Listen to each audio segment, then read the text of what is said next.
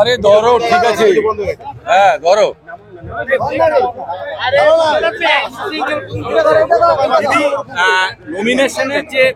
Nomination করতে আসার জন্য দলীয় কর্মী সমর্থকদের যে র্যালি, সেটা একটা প্রতিযোগিতা দেখলাম এর আগের দিন বিজেপি প্রার্থীদের এবং আজকে আপনার। এটা কোনো প্রতিযোগিতা নয়, আমাদের র্যালিটা কোনো প্রতিযোগিতা নয়।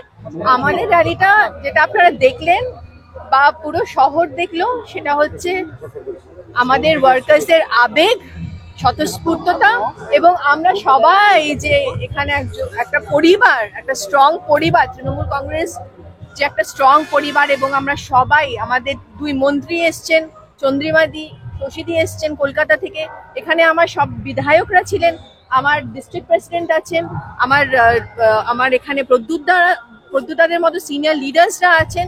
সুতরাং আজকে যেটা দেখলেন সেটা আবেগ, ভালোবাসা এবং স্বতঃস্ফূর্ততা, মন থেকে কর্মীরা আজকে এসছে। মিছিলের ভিড় থেকে কি মনে হচ্ছে, জয় কি সময়ের উপর? সেটা আপনারা বলবেন। আমরা আমাদের যে জয় হবে সেটা আমরা নিশ্চিত। নমিনেশন দেওয়ার পর শহরবাসীদের উদ্দেশ্যে কি বার্তা দেবেন? এটুকুই বলবো যে আমার তরফ থেকে অ্যাজ আ ক্যান্ডিডেট তৃণমূল কংগ্রেসের, আমি চাই যে আমাদের পুরো মেদিনীপুর লোকসভা কেন্দ্রে ফ্রি অ্যান্ড ফেয়ার ভোট হোক। সবাইকে বলবো যে অবশ্যই যেন 25শে মে আপনারা নিজের ভোট নিজে দেবেন, সকাল সকাল এসে ভোটটা দেবেন। আপনাদের ভোট ভীষণই গুরুত্বপূর্ণ। এটা একটা ইলেকশন, লোকসভা ইলেকশন।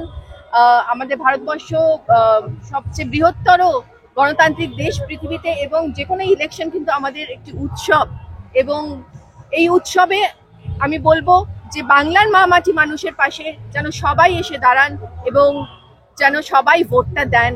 যেরকম বললাম যে ফ্রি অ্যান্ড ফেয়ার ভোট হবে। আমি আমার তরফ থেকে এবং আমার দলের তরফ থেকে আমরা এটাই চেষ্টা করব যে ইলেকশনের দিন যেন কোনো ভায়োলেন্স না হয়, প্রি পোল ভায়োলেন্স, ইলেকশনের দিন ভায়োলেন্স, পোলিং এর দিন এবং post pole. We don't want any violence, সেটাই আমার বার্তা। আজকে দেখলাম আবহাওয়া জুনের প্রতি অনুকূল আছে। এতদিন তো আপনি রোদে রোদে ঘুরে ঘুরে প্রচার করেছেন, আজকে আবহাওয়া আপনার প্রতি অনুকূল। দেখুন, যে সংখ্যায় আজকে আমাদের কর্মীরা এসেছেন আমার সমর্থনে, তার জন্য মনে হয় ঈশ্বরও মুখ তুলে চেয়েছেন আমাদের প্রতি, এবং সেই জন্যই হয়তো আবহাওয়া এত সুন্দর ছিল। দিদি, আপনারা বলেন যে গণদেবতাই আপনাদের কাছে সবকিছু, অথচ দেখা গেল নমিনেশন করার আগে প্রত্যেক প্রার্থী আপনারা আগে মন্দিরে যাচ্ছেন, পুজো দিচ্ছেন। গণদেবতার উপরে ভরসা নেই? গণদেবতার ওপরেই তো ভরসা।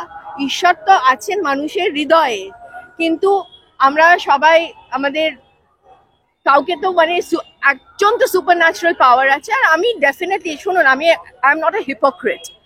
I am a religious, God-fearing person, and with all reverence, আমি শুধু মন্দিরেই যাইনি, আমি আমার মসজিদেও গেছি, আজ সকালে আমি গির্জাতেও গিয়েছি। আর এটা কোনো হিপোক্রেসি না, বা আমার তরফ থেকে কোনো গিমিক নয়, কারণ আমি ঈশ্বরে বিশ্বাস করি এবং আমি সব ধর্মে বিশ্বাস করি, এবং সর্বোপরি আমি মানুষের উপর আস্থা রাখি।